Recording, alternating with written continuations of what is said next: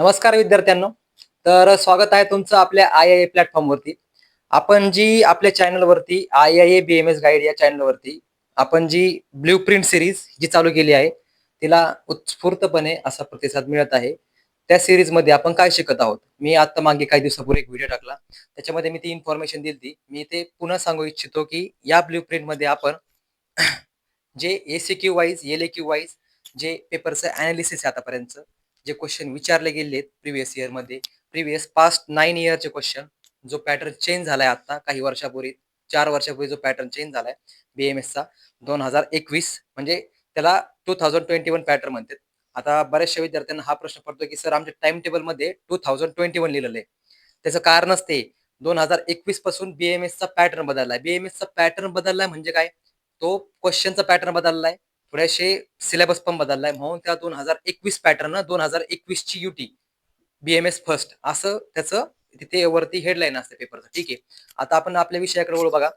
आतापर्यंत आपल्या चॅनलवरती क्रियाशारीर, अॅनाटॉमी, संहिता आणि संस्कृत आपण शिकवतोय, त्याच्यामुळेच आपण क्वेश्चन सांगतोय. ठीक आहे. त्याची पण आपण ब्लूप्रिंट घेणारच आहोत. या 3 विषयांची, जे विषय मी आता सांगितलेत, या 3 विषयांची ब्लूप्रिंट आपल्या चॅनलवरती आपण टाकलेली आहे. ठीक आहे.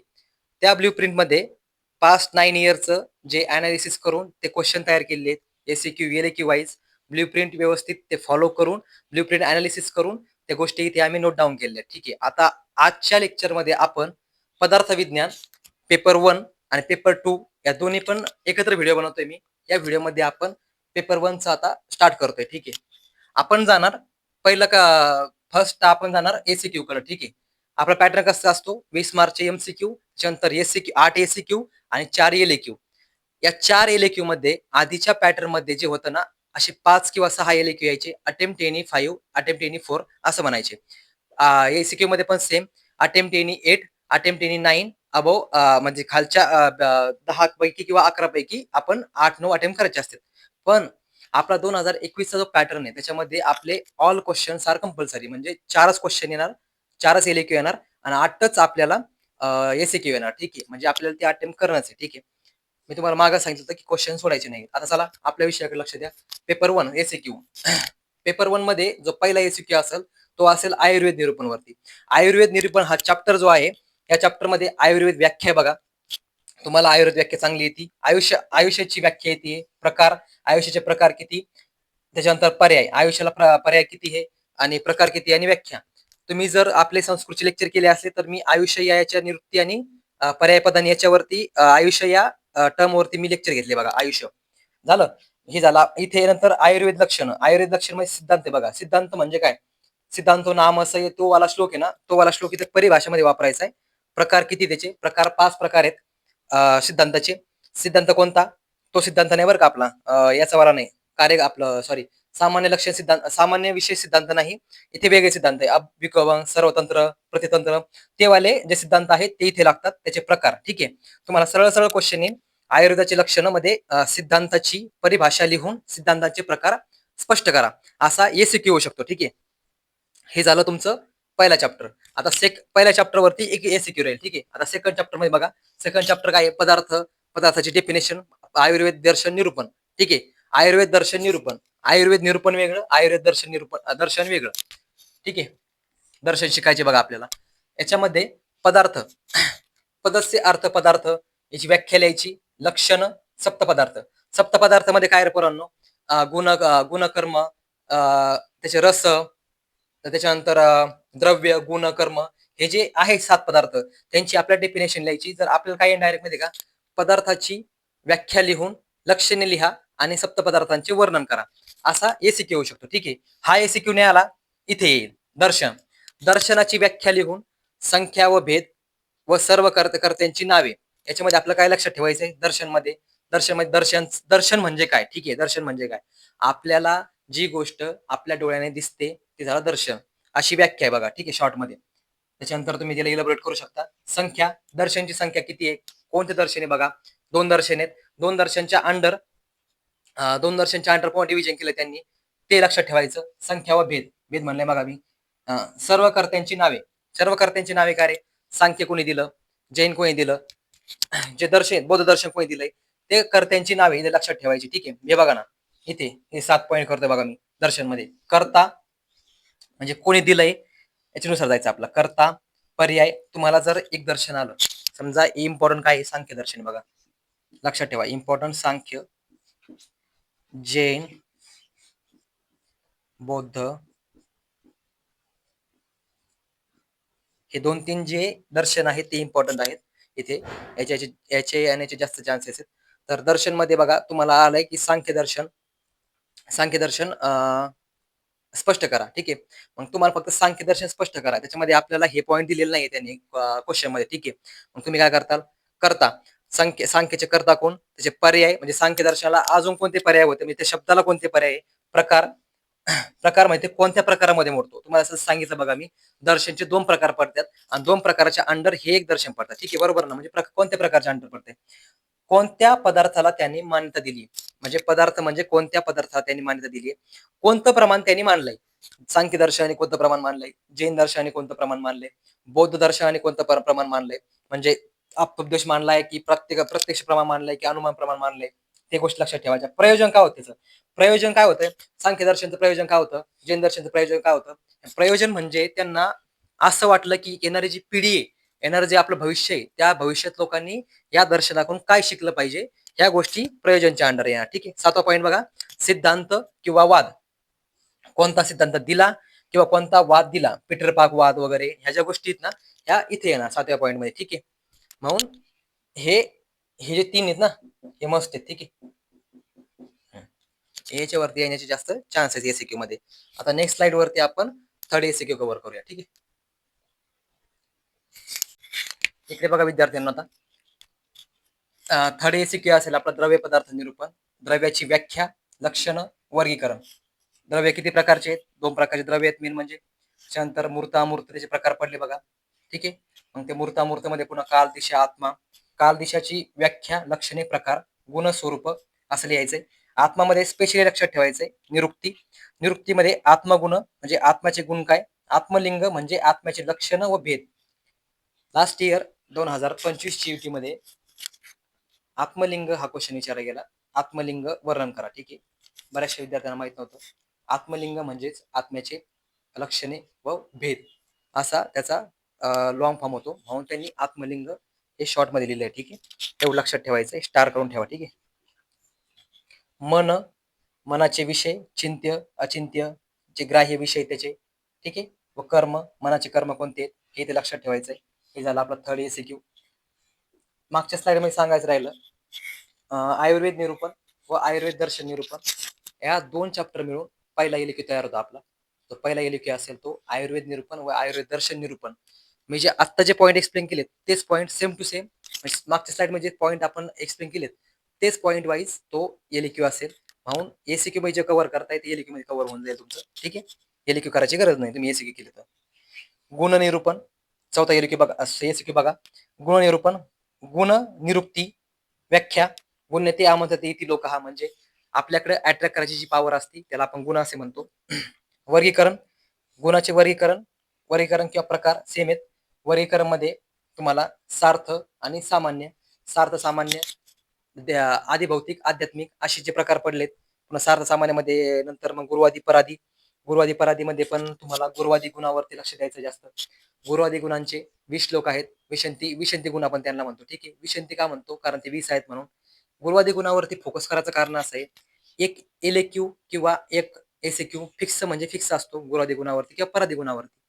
परादी गुणांची डेफिनेशन लिहून परादी गुणांचे प्रकार लिहा किंवा परादी गुण एक्सप्लेन करा. ठीक आहे.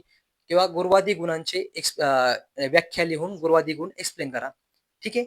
मग विशंती गुण, गुरुवादी गुण किंवा विशंती गुण सेम आहेत. विशंती म्हणजे 20 म्हणून त्याला विशंती म्हणलंय. हे बघा, गुरुवादी गुणांचे जे 20 श्लोक आहेत आपले ते पाठ केले. ते पाठ केल्यानंतर विशेष श्लोक आहे 2-2, 3-3 वर्डचे एक श्लोक आहे. ठीक आहे. खूप सोपे श्लोक आहेत. गृहणे गुरु, लंघने लघु असे श्लोक आहेत. ठीक आहे. तुम्ही असा श्लोक लिहिल्यावरती खाली थोडस जर एक्सप्लेन केलं, आउट ऑफ मार्क मिळण्याचे ते चान्सेस असतात. ठीक आहे. म्हणून ते गुरुवादी गुण आणि परादी गुण इम्पॉर्टंट आहेत. हे जा तुमचं जो आपला फर्स्ट एलिक्यू झाला. सेकंड एलिक्यू जो असेल ना, तो द्रव्य पदार्थ निरूपण वरती असतो. द्रव्य पदार्थ निरूपण वरती आता जे आपण कव्हर केलंय, द्रव्याचे प्रकार, व्याख्या, लक्षण असा एलक्यू तुम्हाला विचारला जाऊ शकतो. ठीक आहे. तुम्हाला जो एसक्यू दिसेल त्याच एसक्यूच्या आसपास जवळपास हा एलक्यू असतो. ठीक आहे. सेकंड एलक्यू. थर्ड एलक्यू मध्ये जे आहे ना ते गुणनिरूपण आणि कर्मनिरूपण हा चॅप्टर येतो. ठीक आहे. आता कर्मनिरूपण बघा आधी 5वा एसक्यू. कर्माची व्याख्या लिहायची, लक्षण लिहायचे, प्रकार लिहायचे. ठीक आहे. कर्माची व्याख्या, लक्षण व प्रकार.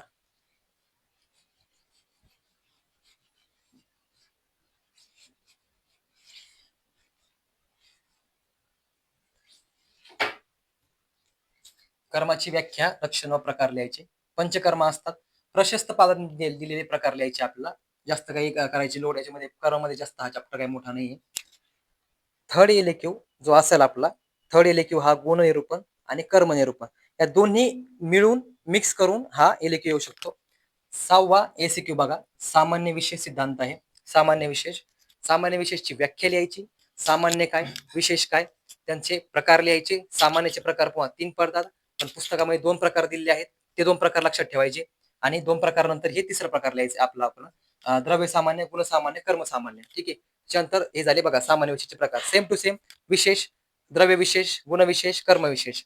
आता इथे लक्षात ठेवा एक मॅक्झिमम आता युटीचा थोडा पॅटर्न चेंज होतो या दिवसांदिवस. याच्यामध्ये क्लिनिकल बेसिस क्वेश्चन विचारतो तुम्हाला. क्लिनिकल बेसिस क्वेश्चन विचारते म्हणजे तुम्ही आयुर्वेदामध्ये चिकित्सीय महत्व लिहा. चिकित्सीय महत्व, चिकित्सीय महत्व असं जर आलं घाबरून जायचं नाही. चिकित्सीय महत्व म्हणजे आपलं क्लिनिकल बेसिस. क्लिनिकल बेसिस म्हणजे तुम्ही जे दैनंदिन जीवनामध्ये ऍज अ आयुर्वेद डॉक्टर तुम्ही त्याच्यावरती या सामान्य विशेषने कोणती चिकित्सा करू शकता. ठीक आहे. म्हणजे द्रव्य सामान्य तुम्ही काय करू शकता, गुणसामान्य तुम्ही काय करू शकता. सामान्य विशेष आपण कुठे देणार, जो जाड आहे त्याला आपण कर्षक म्हणजे कार्ष करण्यासाठी छोटं बारीक करण्यासाठी आपण त्याला लंगन देणार. जो ऑलरेडी बारीक आहे त्याला आपण जाड होण्यासाठी ही लंगन चिकित्सा देणार. हे लक्ष ठेवायचं. कर्मामध्ये पण सेम क्लिनिकल बेसिस चिकित्सीय महत्व असा एसक्यू येऊ शकतो. आता बघा 7वा एसक्यू समवाय अभावावरती असेल. याची समवायची निरुक्ती लिहा, व्याख्या व प्रकार लिहून महत्व एक्सप्लेन करा असं राहील. किंवा अभावाची निरुक्ती, व्याख्या, प्रकार व महत्व लिहा असं राहील. हा झाला 7वा एसक्यू. 8वा एसक्यू जो असेल तो कोणत्या चॅप्टर वरती आहे, द्रव्य किंवा गुण. द्रव्य निरूपण, द्रव्य पदार्थ निरूपण आणि गुण निरूपण यापैकी एक एसक्यू इथे 8वा एसक्यू असेल. आता थर्ड एलक्यू आपला इथे बनेल बघा. सामान्य विषय, सॉरी, फोर्थ एलक्यू बनेल इथे आपला. सामान्य विषय सिद्धांतावरती फोर्थ एलक्यू बनतो. थर्ड एलक्यू मध्ये सेम हेच वापरलं जाते, द्रव्य गुण कर्मच वापरलं जाते. द्रव्य गुण कर्म या 3 चॅप्टर पैकीच एक थर्ड एलक्यू आपला बनतो. ठीक आहे. नेक्स्ट स्लाइड वरती आपण एलक्यू कव्हर करूयात. आता इकडे लक्ष द्या. एलक्यू बघा. एलक्यू मध्ये तुम्हाला सांगितल्याप्रमाणे शॉर्ट मध्ये सांगतोय, पॉईंट एक्सप्लेन करणार नाही कारण पॉईंट मी पूर्ण एसीक्यू मध्ये एक वेळेस एक्सप्लेन केले. ठीक आहे. एक्सप्लेन करताना मी तुम्हाला मॅक्झिमम टाइम त्याचे डेफिनेशन, प्रकार काय ते पण समजून सांगितले. म्हणजे तुम्ही लास्टला तुम्हाला जर जेव्हा भीती वाटते बघा, म्हणजे लास्टला तुम्हाला काय वाटतंय, अरे माझा सिलेबस बाकी आहे, काय होतं काय नाही, भीती वाटते बघा अशी, त्या गोष्टी होऊ नये तेव्हा जर ही ब्ल्यू प्रिंट तुम्ही बघितली, काय काय झालंय, काय काय रिकॉल करायचंय आपल्याला, ह्या गोष्टी इथून कळू शकता आपल्याला. बघ चला ठीक आहे, टाइमपास नाही. एलक्यू बघा. आता एलक्यू मध्ये फर्स्ट एलक्यू बघा, आयुर्वेद निरूपण, पदार्थ दर्शन निरूपण सांगितल्याप्रमाणे. सेकंड एलक्यू बघा, द्रव्य गुण निरूपण, सेकंड चॅप्टर वरती असेल. सेकंड आणि थर्ड चॅप्टर वरती.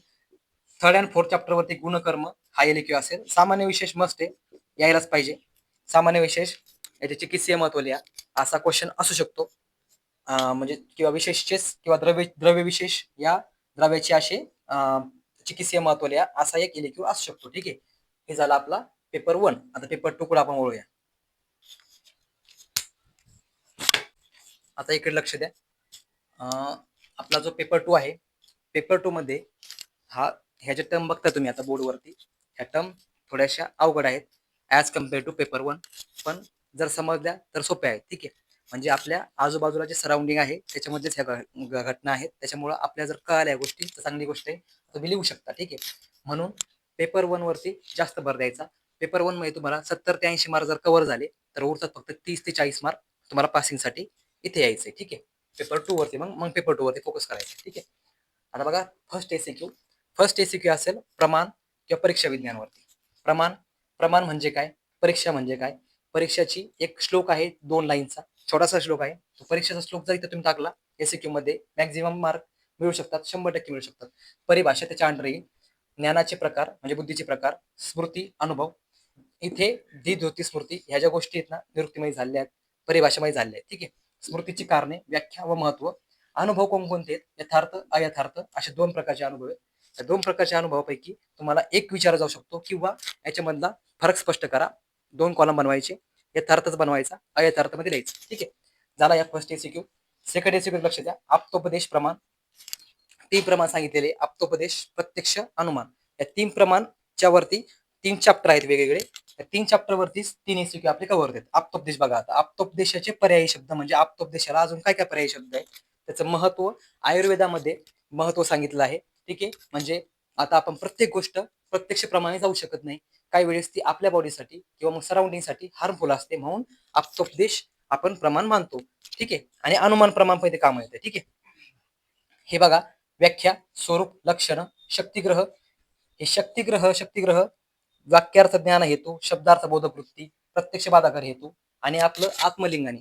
पेपर 1 मध्ये हे जे 4-5 टर्म येतात, ह्या 4-5 टर्मच्या अवतीभोवतीच आपले 3 ते 4 एसीक्यू कव्हर होतात.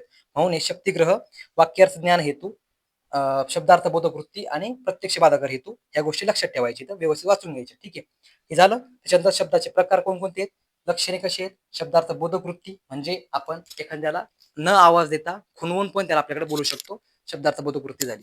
वाक्यभेद, वाक्यार्थ ज्ञान हेतू हे झालं तर आपला सेकंड एसीक्यू. ठीक आहे. आता बघा, प्रत्यक्ष प्रमाण. प्रत्यक्ष प्रमाणाची व्याख्या लिहायची. इंद्रिय पंचपंचक मस्ट आहे. प्रत्यक्ष प्रमाणाची व्याख्या लिहून इंद्रिय पंचपंचक एक्सप्लेन करा, असा पण प्रश्न येऊ शकतो. किंवा डायरेक्ट एसीक्यू मध्ये इंद्रिय पंचपंचक लिहा, फक्त 2 वर्डचा एक एसीक्यू येऊ शकतो.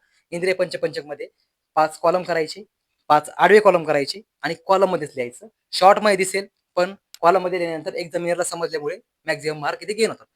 प्रमाण, प्रमेय, प्रमाता सेम आपलं परीक्षार्थी, पर्यवेक्षक आणि परीक्षक या प्रकारामध्ये हे आहे. ठीक आहे. निर्विकल्पक, सविकल्पक हे आपले जे ज्ञानाचे प्रकार आहेत. ठीक आहे. लौकिक, अलौकिक सेम ज्ञानाचे प्रकार आहेत. हे झालं आपला थर्ड एसीक्यू. त्याच्यामध्ये प्रत्यक्ष बाधक हेतू मी मगाशी सांगितलं बघा.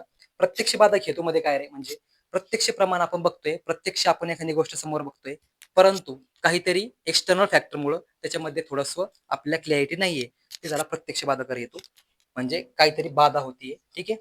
हा झाला थर्ड एसीक्यू. आता फोर्थ एसीक्यू बघा, अनुमान प्रमाणवरती सांगितल्याप्रमाणेच आप्तोपदेश, प्रत्यक्ष, अनुमान या 3 चॅप्टर वरती 3 एसीक्यू आहेत. व्याख्या लिहा, स्वरूप, लक्षण, प्रकार, लिंग प्रकार, हेतू प्रकार, अहेतू. अहेतू म्हणजेच हेत्वाभास इथे लिहितोय, लक्षात ठेवा.